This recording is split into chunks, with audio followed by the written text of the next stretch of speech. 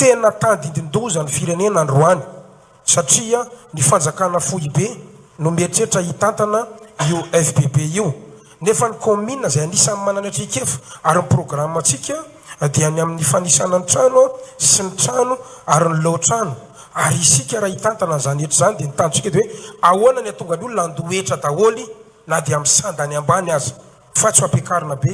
tonona taony mpitantana teo aloha hitatsika ngefa ny hetra am'izao fotoana zao dia nalaina teny anivon'ny commune dia ny zareo ao amin'ny impôt no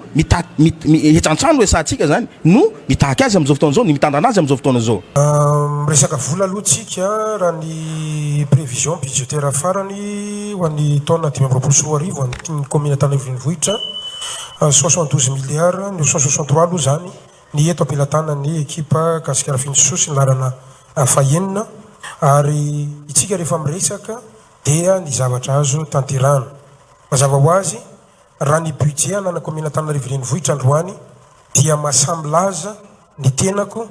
fa azo atao tsara ny mitantana ny tanànana Tananarivo raha misy mangalara raha tena ampiasaina ho an'ny tanànana Tananarivo le vola fa tsy lasa tombotsoana antoko na tombotsoan'olombitsy eto amin'ny firenena ny 570 isanjato ny vola miditra atsika dia karaha mampiasan'ny commune ny 520 isanjato ataotsika ao anatiny atao hoe budget de fonctionnement na fampandehanan-drara anatin'izany rehetra zany karaha miresaka isika ny fampidiram-bola dia ny tenako dia anisan'ny miaia tokoa ary anisan'ny miatrika an'izany session budgétaire zany satria tena tandindindoza ny firenena androany satria ny fanjakana foibe no mieritreritra hitantana io FPP io nefa ny commune zay anisan'ny manana atrikefa ary ny programme atsika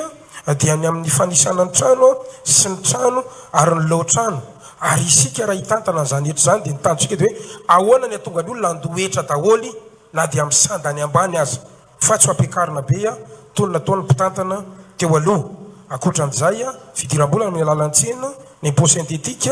ary ny mety ho famatsim-bola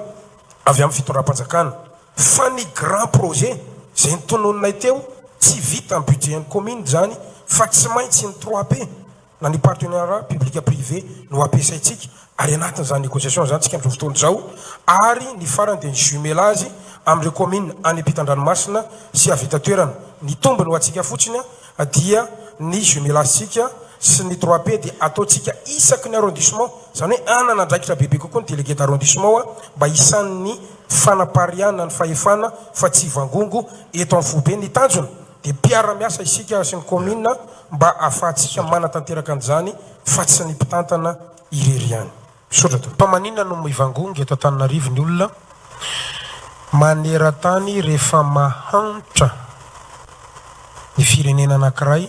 dia mivangongo any amin'ny toerana zay heveriny fa misy vola ny ponina ny iza faly ny iza tesitra mahantra ny vahoaka malagasy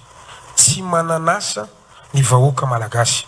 betsaka no tsy mananasa amin'izao fotoana izao ka rarony loatra raha mitombo ny mpivarotra amoron-dalana ny tenako miaraka amin'ireo mpiara-miasa ary mpiara-miasa miaraka amiko voalohany amin'izany isika mpiasan'ny commune satria tant que mbola tsy manana asa na tolotra asa na offre d'emploi ho an'ny vahoaka isika dia tsy ho foana mandrakizay ny mpivarotra amoron-dalana midika zany fa zay dia masamy teny mazava aloha fa raha gasikara finiso no be ny tanàna Tananarivo tsy mba isan'ny androka ny mpivarotra amoron-dalana ny tenanay saingy kosa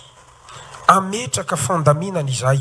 satria ny mahatonga an'izany dia zao ny tsy ara-dalàna no mahazo vahana dia ny ara-dalàna lasa miditra vato antoka zany hoe ny tsy ara-dalàna ampidiritsika ao anatin'ny ara-dalàna ny informel makany informel ny condition andreo manaraka ny endriky ny tanàna Tananarivo satria capitale ity tsy hanolotrotra trottoir isika fa aizany fotoana sy toerana mendrika any amin'ny 3e phase amin'ny programmenay voametraka karazana passerelle mihitsiny ho atsangatsika amin'ny alalan'ny 3P zany dia afaka iaina ireo mpivarotra anala ny fitoanana fifanovozana amin'ireo toerana stratégika toy Behoririka ny petite vitesse ny Andravoangy ireo tena betsaka an'izany mivarotra amoron-dalana zany zany hoe ny olana voalohany aloha dia hoe afaka mivarotra ve mivarotra afaka mampidi-bola ho an'ny commune ve zany amina endrika tsara-dalàna satria na ny récepteur na ny piqueteur tonga hatraty amin'ny commune ve izany voly zany ny tandrotsika dia ny tsy ara-dalàna mila makany amin'ny ara-dalàna miainga amin'ny éducation citoyenne izany.